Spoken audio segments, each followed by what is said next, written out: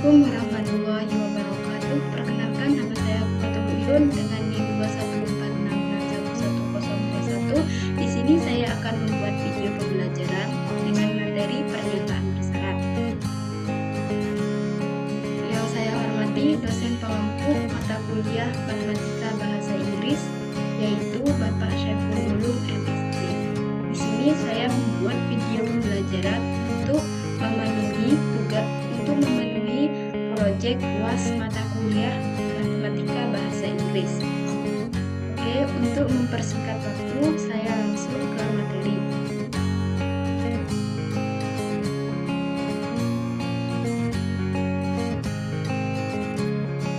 Perhatikan pernyataan berikut. Contoh R. Jika bilangan bulat A adalah kelipatan 6, maka A habis dibagi 2. Kita dapat langsung mengenali ini sebagai pernyataan yang benar berdasarkan pengetahuan kita tentang bilangan bulat dan arti kata jika dan maka. Bilangan bulat A adalah kelipatan 6, maka A adalah genap, sehingga A habis dibagi 2.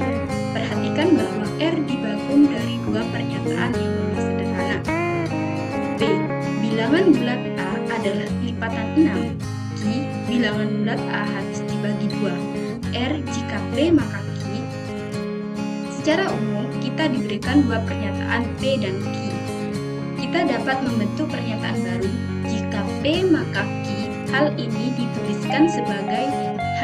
dituliskan secara simbolis sebagai P maka Q, yang P dengan tanda panah 2, Q yang kita baca sebagai jika P maka Q atau P mengimplikasikan Q, seperti tanda 5 ke bawah ini dibaca dan tanda 5 ke atas ini dibaca dengan atau. Simbol panah 2 ini memiliki arti yang sangat spesifik. Ketika kita menyatakan bahwa pernyataan P maka Q adalah benar, maka yang kita maksudkan adalah jika P benar, maka Q juga harus benar. Dengan kata lain, kita bermaksud bahwa kondisi P yang benar memaksa Q untuk menjadi benar. Berarti jika P benar, Q juga harus benar. Sebuah pernyataan dalam bentuk P maka Q disebut sebuah pernyataan bersyarat. Jadi, pernyataan bersyarat adalah pernyataan yang dalam bentuk P maka Q. Karena itu, berarti Q akan menjadi benar di bawah kondisi P benar. Jika P maka Q sebuah janji bahwa kapanpun P benar, Q juga akan benar. Hanya ada satu cara agar janji ini dapat dilanggar, yaitu menjadi salah. Yaitu jika P benar tetapi Q salah, dengan demikian tabel kebenaran untuk janji P maka Q adalah seperti tabel di samping. Tanda T menunjukkan bahwa pernyataan benar, tanda F menunjukkan bahwa pernyataan itu salah. Jadi kita baca P, jika pernyataan P benar, Q benar, maka benar.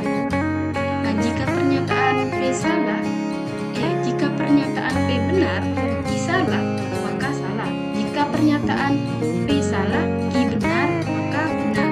Jika pernyataan P salah, Q salah, maka benar.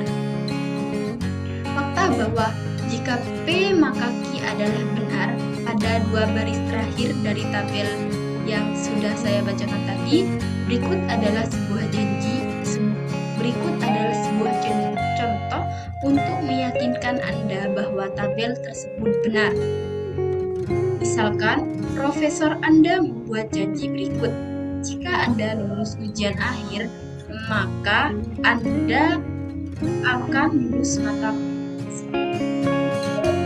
Profesor Anda membuat janji, Anda lulus ujian, maka Anda lulus mata kuliah.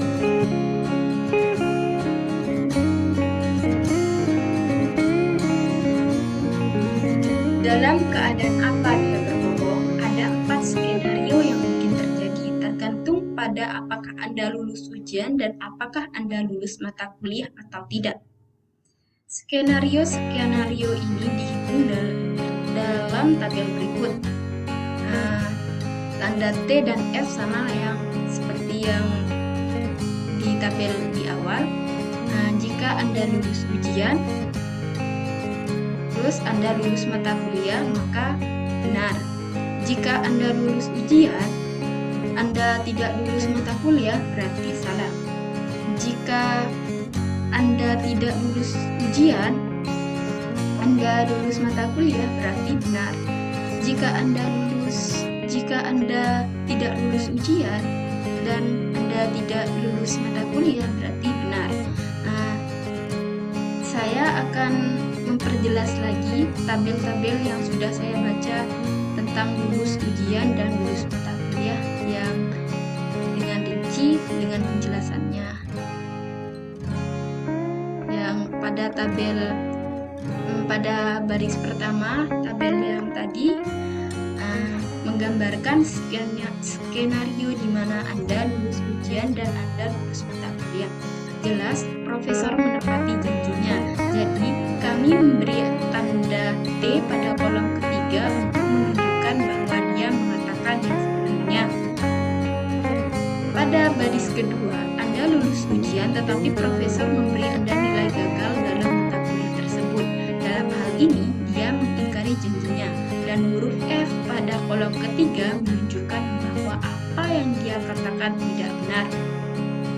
Perhatikan baris ketiga. Dalam skenario ini Anda gagal dalam ujian namun tetap lulus mata kuliah. Bagaimana hal itu bisa terjadi? Mungkin profesor Anda merasa kasihan pada Anda, tetapi itu tidak membuatnya menjadi pembohong. Janjinya hanyalah bahwa jika Anda lulus ujian, maka Anda lulus mata kuliah tersebut.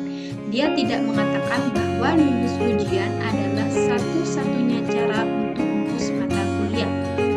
Karena dia tidak berbohong, maka dia mengatakan apa yang sebenarnya terjadi. Jadi, ada huruf T di kolom ketiga. Pada baris keempat dalam skenario tersebut, Anda gagal dalam ujian dan Anda gagal dalam mata kuliah tersebut. Profesor Anda tidak berbohong. Dia melakukan apa yang dia katakan. Oleh karena itu, ada huruf T di kolom ketiga. Dalam matematika, setiap kali kita menemukan konstruksi jika P maka Q itu berarti persis seperti yang dinyatakan oleh tabel kebenaran untuk maka, tapi tentu saja ada konstruksi tata bahasa lain yang juga berarti jika P maka Q. Berikut adalah ringkasan dari yang utama. Jika P maka Q, jika P maka Q, Q jika P, Q setiap kali P, Q asalkan P, kapanpun P maka juga Q. P adalah syarat cukup untuk Q. Untuk Q cukuplah bahwa P. Q adalah syarat perlu bagi P. Untuk P adalah perlu bahwa Q. Ini semua sama dengan jika P maka Q. Yang saya bacakan dari jika P maka Q sampai untuk P adalah perlu bahwa Q. Ini sama, artinya sama, yaitu jika P maka Q. Semua ini dapat digunakan sebagai pengganti dari memiliki arti yang sama persis dengan jika P maka Q. Anda harus menganalisa arti dari masing-masingnya dan meyakinkan diri Anda sendiri bahwa hal tersebut menangkap arti dari jika P maka Q. Contoh, jika P maka Q berarti kondisi dari P yang benar adalah cukup, yaitu memadai. Untuk membuat Q menjadi benar, oleh karena itu P adalah kondisi yang memadai untuk Q. Kata-katanya bisa jadi rumit. Seringkali situasi sehari-hari yang melibatkan pernyataan bersyarat dapat membantu memperjelasnya. Sebagai contoh, pertimbangkan janji profesor Anda. Anda lulus ujian, maka Anda lulus mata kuliah.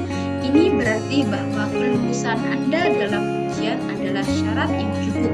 Meskipun mungkin mungkin tidak perlu untuk kelulusan Anda dalam mata kuliah tersebut. Oleh karena itu, profesor Anda mungkin saja menyatakan janjinya dengan salah satu cara berikut ini. Lulus ujian adalah syarat yang cukup untuk lulus mata kuliah. Agar Anda lulus mata kuliah, Anda cukup lulus ujian. Namun, ketika kita ingin mengatakan jika P maka Q dalam percakapan sehari-hari, kita biasanya tidak mengungkapkannya sebagai Q adalah syarat perlu untuk P atau P hanya jika Q. Tetapi, konstruksi seperti itu tidak jarang terjadi dalam matematika. Untuk memahami mengapa hal tersebut masuk akal, perhatikan bahwa jika P maka Q benar berarti bahwa tidak mungkin P benar tapi Q salah, jadi agar P benar maka Q harus juga benar. Oleh karena itu, Q adalah syarat perlu untuk P, dan ini berarti bahwa P hanya bisa benar jika Q benar, yaitu P hanya jika Q. Mungkin itu saja yang bisa saya sampaikan tentang materi pernyataan bersyarat. Kurang lebihnya mohon maaf. Wassalamualaikum warahmatullahi wabarakatuh.